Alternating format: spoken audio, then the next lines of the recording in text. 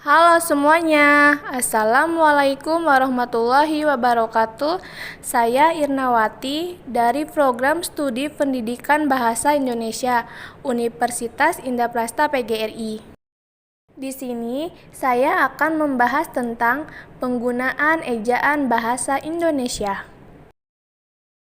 Secara umum, penggunaan ejaan bahasa Indonesia memuat hal-hal dasar dalam menulis, di antaranya yang pertama, pemakaian huruf, yang kedua, penulisan kata, dan yang ketiga, pemakaian tanda baca.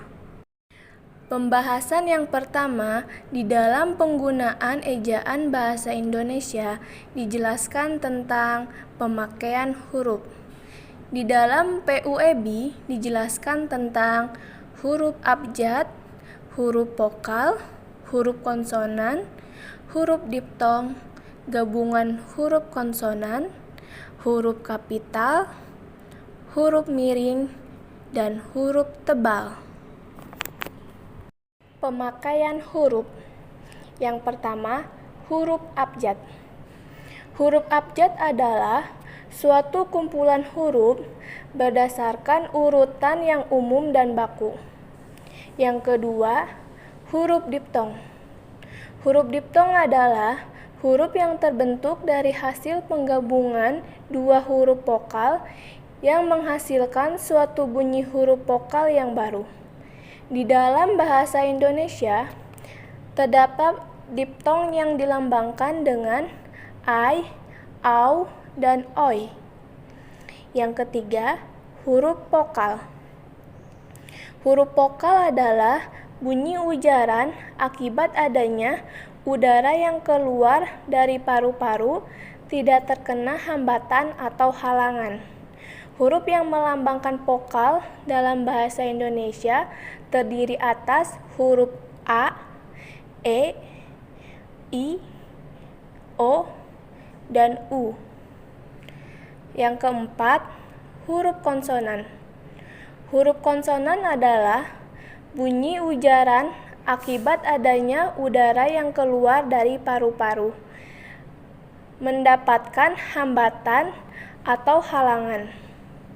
Huruf yang melambangkan konsonan dalam bahasa Indonesia terdiri atas huruf-huruf B, C, D, F, G, H, I, J, K, L, M, N, P, Q, R, S, T, V, W, X, Y, dan Z.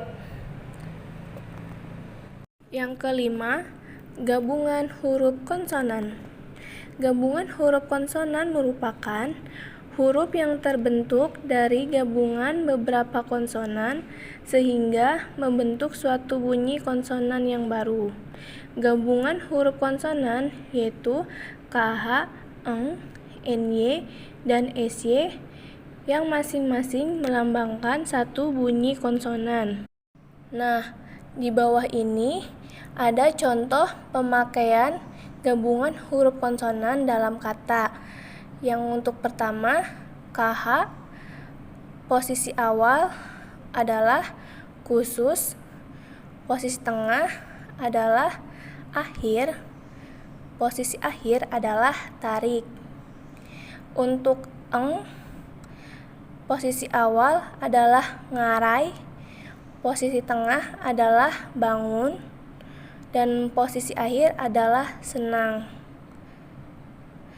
Dan untuk NY, pada posisi awal adalah nyata, posisi tengah adalah banyak.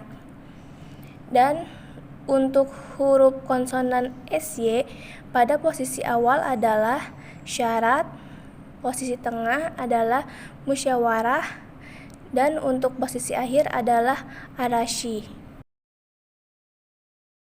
Keenam, penggunaan huruf kapital. Pertama, huruf kapital dipakai sebagai huruf pertama awal kalimat. Yang kedua, huruf kapital dipakai sebagai huruf pertama unsur nama orang, termasuk julukan.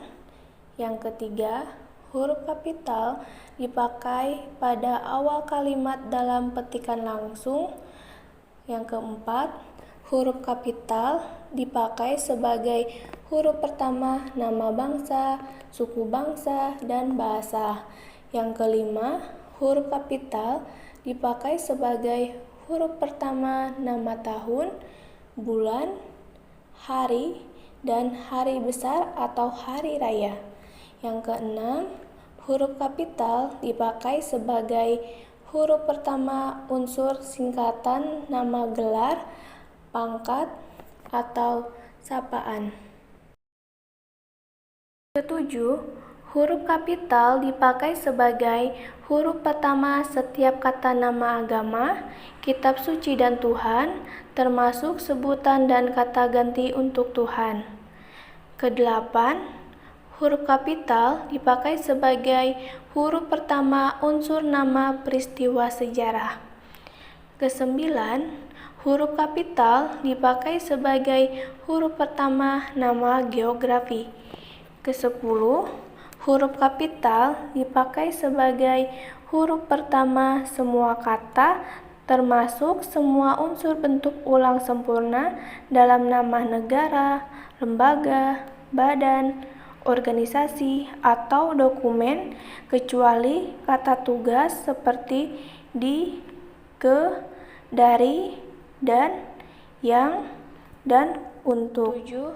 Penggunaan huruf miring. Pertama, huruf miring dipakai untuk menuliskan judul buku, nama majalah, atau nama surat kabar yang dikutip dalam tulisan, termasuk dalam daftar pustaka. Kedua, huruf miring dipakai untuk menegaskan atau mengkhususkan huruf, bagian kata, atau kelompok kata dalam kalimat. Yang ketiga, huruf miring dipakai untuk menuliskan kata atau ungkapan dalam bahasa daerah atau bahasa asing. Penggunaan huruf tebal. Pertama, huruf tebal dipakai untuk menegaskan bagian tulisan. Kedua, huruf tebal dapat dipakai untuk menegaskan bagian-bagian karangan seperti judul buku, bab, atau subbab. Nah, selanjutnya tentang penulisan kata. Yang pertama, kata dasar. Kata dasar ditulis sebagai satu kesatuan. Yang kedua, kata berimbuhan. Imbuhan ditulis serangkai dengan bentuk dasarnya. Yang ketiga, bentuk ulang. Bentuk ulang ditulis dengan menggunakan tanda hubung di antara unsur-unsurnya. Yang keempat, gabungan kata. Unsur gabungan kata yang lazim disebut kata majemuk, termasuk istilah khusus. Yang kelima, singkatan dan akronim. Singkatan nama orang, gelar, sapaan, jabatan, atau pangkat diikuti dengan tanda titik pada setiap unsur singkatan itu. Akronim, nama diri yang berupa gabungan suku kata atau gabungan huruf, dan suku kata dari deret kata ditulis dengan huruf awal kapital. Nah, yang keenam, pemenggalan kata. Jika di tengah kata terdapat huruf vokal yang berurutan, pemenggalannya dilakukan di antara kedua huruf vokal itu. Yang ketujuh, angka dan bilangan. Bilangan dalam teks yang dapat dinyatakan dengan satu atau dua kata ditulis dengan huruf, kecuali jika dipakai secara berurutan seperti dalam perincian. Bilangan pada awal kalimat ditulis dengan huruf. Yang kedelapan, partikel. Partikel lah, kah, dan tah ditulis serangkai dengan kata yang mendahuluinya. Partikel pun ditulis terpisah dari kata yang mendahuluinya. Yang kesembilan, kata sandang si dan sang. Kata si dan sang ditulis terpisah dari kata yang mengikutinya. Kesepuluh, kata depan. Kata depan seperti di, ke, dan dari ditulis terpisah dari kata yang mengikutinya. Kesebelas, kata ganti ku, kau, mu, dan nya. Kata gantiku dan kau ditulis serangkai dengan kata yang mengikutinya, sedangkan ku, mu, dan nya ditulis serangkai dengan kata yang mendahuluinya. Nah, yang ketiga, pembahasan tentang pemakaian tanda baca. Yang pertama, tanda titik. Tanda titik dipakai pada akhir kalimat pernyataan. Tanda titik dipakai pada belakang angka atau huruf dalam suatu bagan, ikhtisar, atau daftar. Tanda titik dipakai untuk memisahkan angka jam, menit, dan detik yang menunjukkan waktu atau jangka waktu. Yang kedua, tanda koma.